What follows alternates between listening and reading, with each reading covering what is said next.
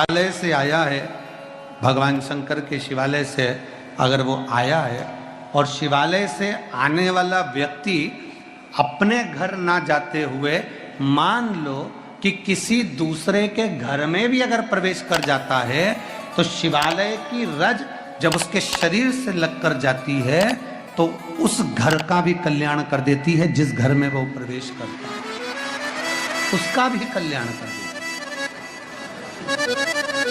स्मरण किया होगा कि शिव महापुराण में पहले वर्णन करा है कि शंकर जी पे चढ़ा हुआ जल लाकर अपने दरवाजे की चौखट पर छींटो। सुना था कि नहीं सुना था? जम के बोलो जरा, सबने सुना था ना कि अपने दरवाजे की चौखट पर छींटो, अपने दरवाजे के अंतर्गत छींटो।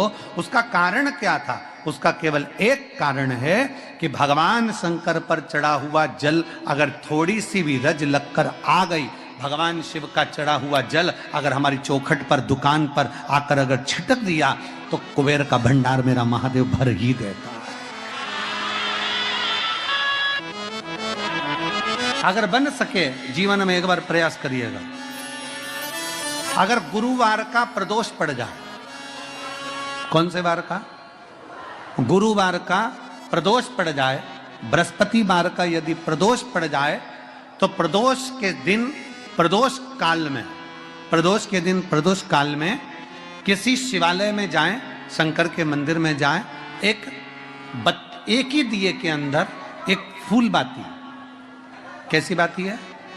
फूल बाती, और उसी दिए के अंदर एक लंबी बाती, दो बाती।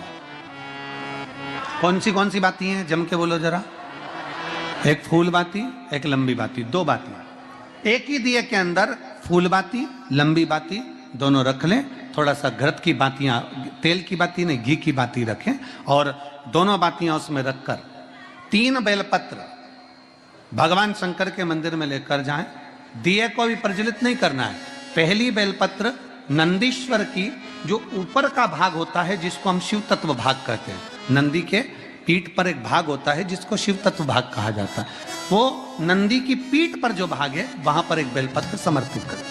दूसरा बेलपत्र आप जो माता पार्वती जी का, जैसे ये शिवलिंग है और ये गोल भाग है, ये माता पार्वती जी का हस्तकमल है, तो माता पार्वती जी का जो हस्तकमल है, इस हस्तकमल पर कहीं पर भी एक बेलपत्र आप समर्पित कर दें। और तीसरे नंबर की जो बेलपत्र है वो भगवान शंकर पर समर्पित कर दें। जो दिया आप लेकर गए हो मंदिर में, उसी दिए को नंदी और महादेव इन दोनों को दर्शन कराते हुए अगर मंदिर के अंदर लगाने दें दिया तो ठीक है, ना लगाने दें तो दीप को बीच में बस स्पर्श कराकर भले बाहर जाकर लगा दो, पर प्रयास करो वो दीप वैसे तो बीच में नंदी और शिव के मध्य में वो दिया स्पर्श होना चाहिए।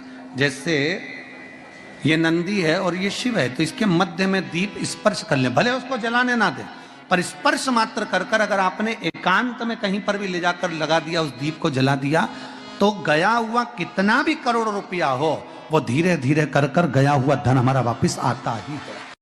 कोई खाकर भी बैठ गया तो देगा जरूर, वो धन आएगा जरूर, कैसे भी आएगा पर अपनी संपदा वापस। शिव तत्व की प्राप्ति हो, भगवान शंकर की प्राप्ति।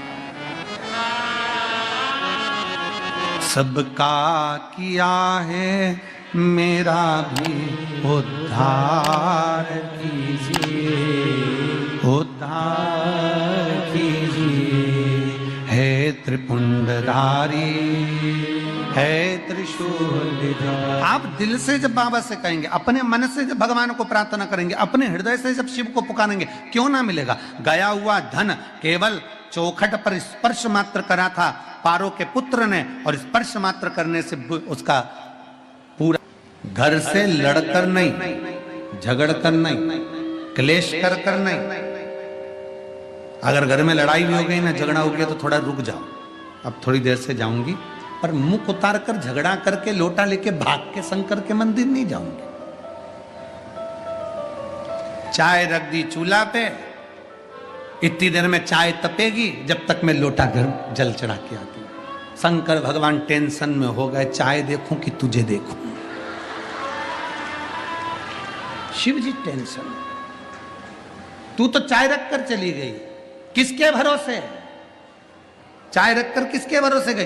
अरे भाई, शिव महापुराण की कथा कहती है, जितनी देर हम भगवान के मंदिर में रहते हैं, जितनी देर हम परमात्मा की शरणागति में रहते हैं, उतनी देर परमात्मा को तुम्हारे घर की चौकीदारी करना पड़ती है।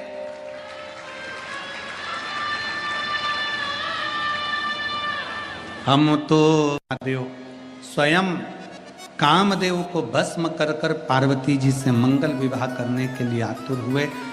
विवाह की तैयारी हुई। मेरे ओगढ़ दानी शिव शंकर का माता पार्वती जी के साथ में विवाह हुआ। विवाह होने का केवल एक कारण था, तारकासुर का संहार, क्योंकि तारकासुर का वध भगवान शंकर के पुत्र द्वारा ही होना था, भगवान शंकर के बेटे द्वारा होना था।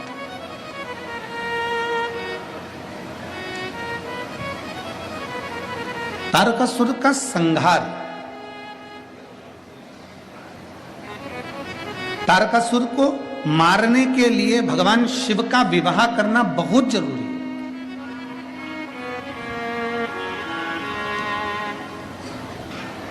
अगर विवाह नहीं हुआ, क्योंकि तारकासुर ने वर ही नहीं मांगा है, अगर मरूं तो शिव के पुत्र द्वारा मरूं। आपको पहले भी कथाओं में कहा कि भगवान शंकर का कोई द्रोही नहीं है, भगवान शंकर का कोई दुश्मन नहीं है, भगवान शंकर का कोई विरोधी नहीं है। शंकर भगवान के सब पक्ष वाले हैं, शिव का कोई विरोधी नहीं।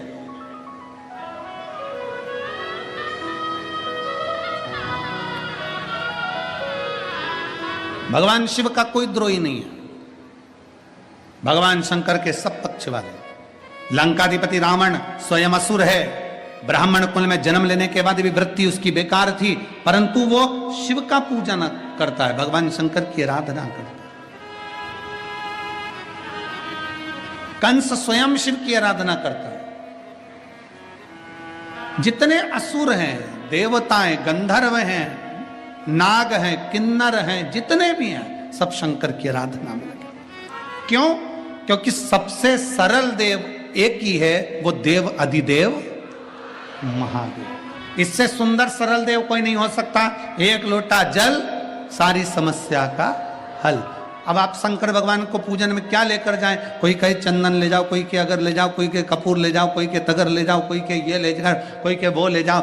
भगवान से प्रार्थना करना, बाबा तूने मुझे जो दिया है मैं तुझे समर्पित करने के लिए आ रही हूँ, तूने मुझे जल दिया है, मैं एक लोटा जल भरकर तुझे समर्पित करने के लिए आ रही हूँ, और बाबा मेरे पास बस यही है जो मैं तुझे दे सकती हूँ, क्योंकि वही जल हमारा बदलेगा कल। ये निश्चित है कि मैं शिव को जल चढ़ाऊंगी तो मेरा कल बदलेगा।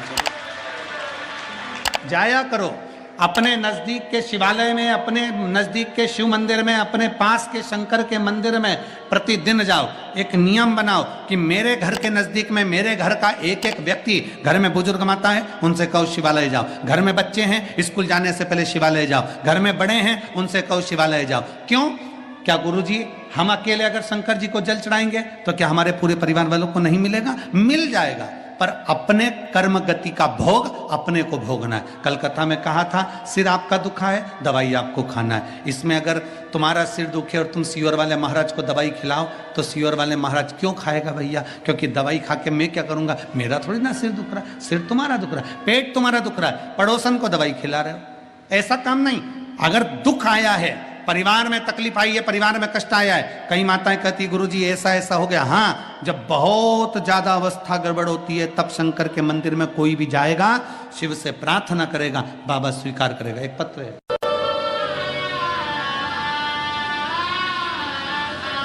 रोटी के 4 हिस्से होते हैं। सबसे पहले नंबर की रोटी किसकी बनती है?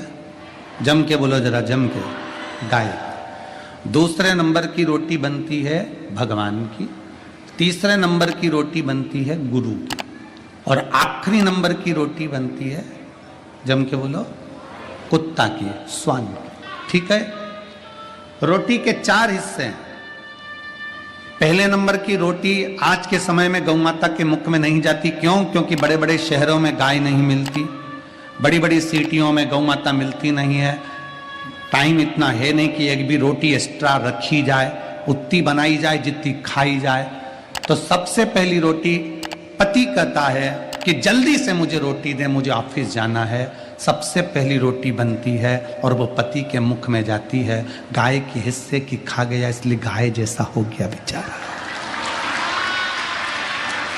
गाय जैसा एकदम गौ माता। पत्नी ने कहा यहाँ बैठ जाओ, हाओ। पत्नी बोली ऐसा कर लो, हाओ। पत्नी बोली वैसा कर लो, हाओ। गाय जैसा हो गया, क्योंकि गाय के हिस्से की खा गया।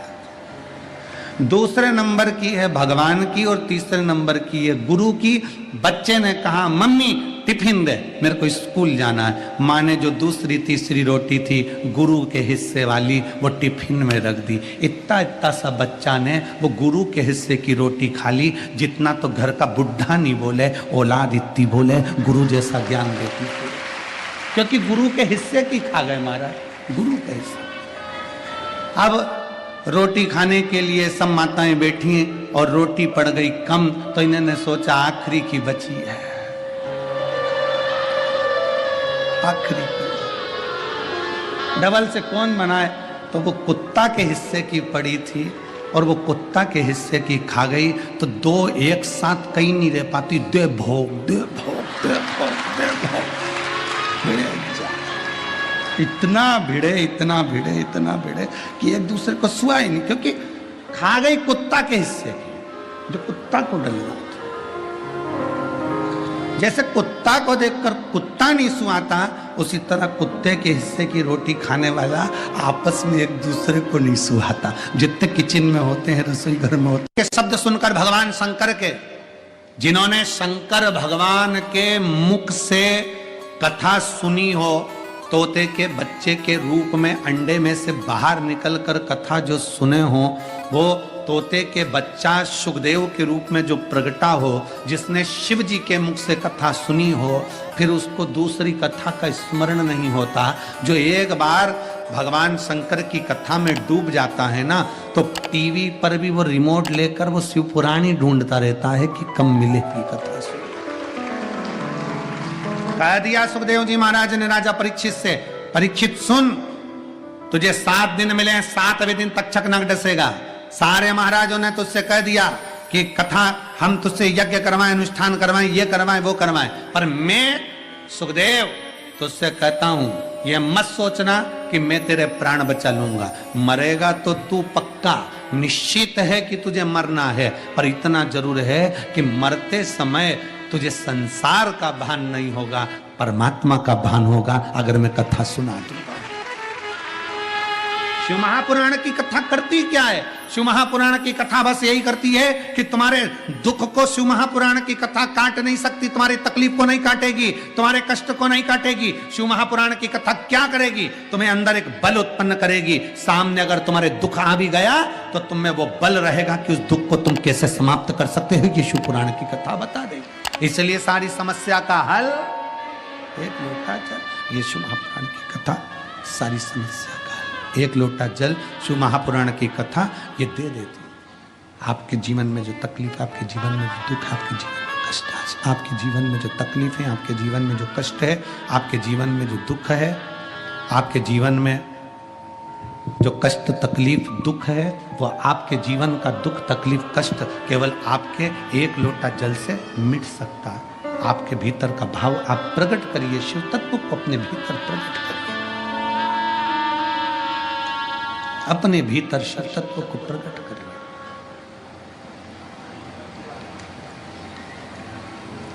तुम इतने प्रसन्न क्यों जा रहे हो? तुम इतने प्रसन्न क्यों? मैं अपने प्रयास करिएगा जीवन में एक बार बन सके, अगर बन सके जीवन में एक बार प्रयास करिएगा। अगर गुरुवार का प्रदोष पड़ जाए, कौन से वार का? गुरुवार का प्रदोष पड़ जाए, बृहस्पतिवार का यदि प्रदोष पड़ जाए, तो प्रदोष के दिन, प्रदोष काल में, प्रदोष के दिन प्रदोष काल में किसी शिवालय में जाएं, शंकर के मंदिर में जाएं, एक ही दिए के अंदर एक फूल बाती, कैसी बाती है? फूल बाती, और उसी दिए के अंदर एक लंबी बाती, दो बाती। कौन सी बाती हैं, जम के बोलो जरा। एक फूल बाती, एक लंबी बाती, दो बाती। एक ही दिए के अंदर फूल बाती, लंबी बाती दोनों रख लें। थोड़ा सा घृत की बातियां, तेल की बाती नहीं, घी की बाती रखें और दोनों बातियां उसमें रखकर 3 बेलपत्र भगवान शंकर के मंदिर में लेकर जाएं। दिए को भी प्रज्वलित नहीं करना है। पहली बेलपत्र नंदीश्वर की जो ऊपर का भाग होता है, जिसको हम शिव तत्व भाग कहते हैं। नंदी के पीठ पर एक भाग होता है जिसको शिव तत्व भाग कहा जाता है। वो नंदी की पीठ पर जो भाग है वहां पर एक बेलपत्र समर्पित कर। दूसरा बेलपत्र आप जो माता पार्वती जी का, जैसे ये शिवलिंग है और ये गोल भाग है, ये माता पार्वती जी का हस्तकमल है, तो माता पार्वती जी का जो हस्तकमल है, इस हस्तकमल पर कहीं पर भी एक बेलपत्र आप समर्पित कर दें। और तीसरे नंबर की जो बेलपत्र है वो भगवान शंकर पर समर्पित कर दें। जो दिया आप लेकर गए हो मंदिर में, उसी दिए को नंदी और महादेव इन दोनों को दर्शन कराते हुए अगर मंदिर के अंदर लगाने दें दिया तो ठीक है, ना लगाने दें तो दीप को बीच में बस स्पर्श कराकर भले बाहर जाकर लगा दो, पर प्रयास करो वो दीप, वैसे तो बीच में नंदी और शिव के मध्य में वो दिया स्पर्श होना चाहिए। जैसे ये नंदी है और ये शिव है, तो इसके मध्य में दीप स्पर्श कर ले, भले उसको जलाने ना दें, पर स्पर्श मात्र कर अगर आपने एकांत में कहीं पर भी ले जाकर लगा दिया, उस दीप को जला दिया, तो गया हुआ कितना भी करोड़ रुपया हो, वो धीरे धीरे कर गया हुआ धन हमारा वापस आता ही। कोई खाकर भी बैठ गया तो देगा जरूर, वो धन आएगा जरूर, कैसे भी आएगा, पर अपनी संपदा वापस। कल भी कथा में कहा था कि मंदिर नहीं जा सकते तो उसकी चौखट का दर्शन करो। उसके दरवाजे के द्वारपाल वीरभद्र मणिभद्र और उसके चौखट पर बैठी है भाग्य देवी। शिव महापुराण की कथा कहती है, जो शंकर भगवान के, आप कभी अगर मौका लगे तो प्रयास करा करो कि शंकर के शिवालय में जब आप प्रवेश करें, शंकर भगवान के शिवालय में जब आप जल चढ़ाने के लिए जाएं, तो वहां जो मुख्य जो गर्भगृह की जो चौखट होती है, गर्भगृह की जो चौखट होती है, प्रयास करना चाहिए कि उस गर्भगृह की चौखट को प्रणाम करना चाहिए। और प्रयास ये भी करो कि गर्भगृह की जो चौखट होती है उस पर लात न रखते हुए आप उस चौखट को लांघने का प्रयास करा करो। चौखट को लांघ, गर्भगृह की चौखट को प्रणाम। अगर आपने दूर से भी शिखर का दर्शन करा है, आप दूर खड़े हो और आपको बाबा विश्वनाथ का दर्शन नहीं हो रहा है, आप दूर खड़े हो आपको महाकाल राजा का दर्शन नहीं हो रहा है, आप दूर खड़े हो आपको ओमकारेश्वर बाबा का दर्शन नहीं हो रहा है, आप दूर खड़े हो आपको भीमा शंकर बाबा का दर्शन नहीं हो रहा है, आप बहुत दूर खड़े हो और मान लो आपको केदारेश्वर बाबा का दर्शन अंदर नहीं हो रहा है, बहुत लंबी लाइन में खड़े हो, तो बाबा की चौखट का अगर दर्शन कर लेते हो, उस पर ध्यान भी लगा लेते हो, तो भाग्य पलट कर ही रहता, भाग्य पलटता ही है। स्मरण किया होगा कि ये शिव महापुराण में पहले वर्णन करा है कि शंकर जी पे चढ़ा हुआ जल लाकर अपने दरवाजे की चौखट पर छींटो। सुना था कि नहीं सुना था? जम के बोलो जरा, सबने सुना था ना कि अपने दरवाजे की चौखट पर छींटो, अपने दरवाजे के अंतर्गत छींटो। उसका कारण क्या था? उसका केवल एक कारण है कि भगवान शंकर पर चढ़ा हुआ जल अगर थोड़ी सी भी रज लगकर आ गई, भगवान शिव का चढ़ा हुआ जल अगर हमारी चौखट पर, दुकान पर आकर अगर छिटक दिया, तो कुबेर का भंडार मेरा महादेव भर ही देते। शंकर भगवान तुझे ना हार देंगे ना अंगूठी देंगे, पर शंकर भगवान तेरी किस्मत पलट देंगे।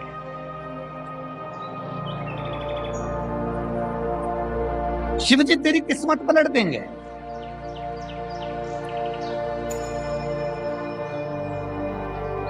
देवता भाग्य लिखते हैं और महादेव भाग्य पलट देते। देवता भाग्य लिखते हैं तुम्हारी किस्मत में लिख दिया कि तुम्हें ये तकलीफ है, तुम्हारी किस्मत में लिख दिया ये दुख है, तुम्हारी किस्मत में लिख दिया ये बीमारी है, तुम्हारी किस्मत में लिख दिया ये कष्ट है, तुम्हारी किस्मत में लिख दिया तुझे ऐसा करना है, ये तुम्हारा भाग्य लिखा, वो देवताओं ने लिख दिया, विधाता ने लिख दिया। पर विधाता का लिखा भी कोई पलट सकता है। मार्कंडेय भगवान को उम्र थोड़ी सी मिली थी, पर शिव की आराधना करने से उम्र बढ़ गई।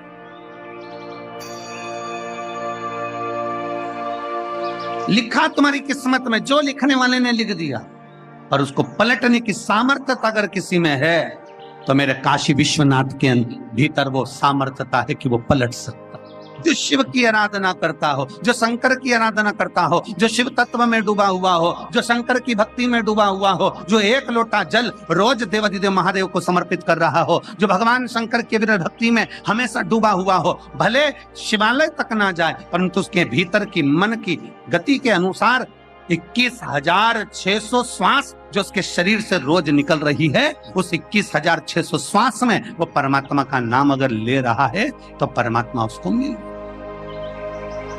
संत ने कहा मेरा भोले बाबा हार नहीं देगा, मेरा भोले बाबा सोने की अंगूठी नहीं देगा, पर मेरा भोले बाबा तेरी किस्मत बदल देगा। कौन कहता है कि कुछ नहीं? शिव नाम, राम नाम, कृष्ण नाम, भगवान का नाम जाप, ये मूल है। अपन बोलते हैं ना माला माल, बोलो जम के बोलो जरा एक बार, जम के बोलो, जम के, माला माल। अपन बोलते हैं माला माल। माला माल बनने में जब आप लिखोगे तो माला माल लिखोगे तो इसमें पहला शब्द क्या आया? जम के बोलो, माला। फिर क्या आया? माल। इसमें माल पहले तो नहीं आया ना, पहले क्या आया है? माला, फिर माल। अर्थात शिव पुराण कथा कहती है जिसने भगवान की माला जपना प्रारंभ कर दी, एक दिन वो माला माल बन ही जाए। माला पहले है, माल बाद में है। पहले जपना है, भजना है, उसको पुकार ले।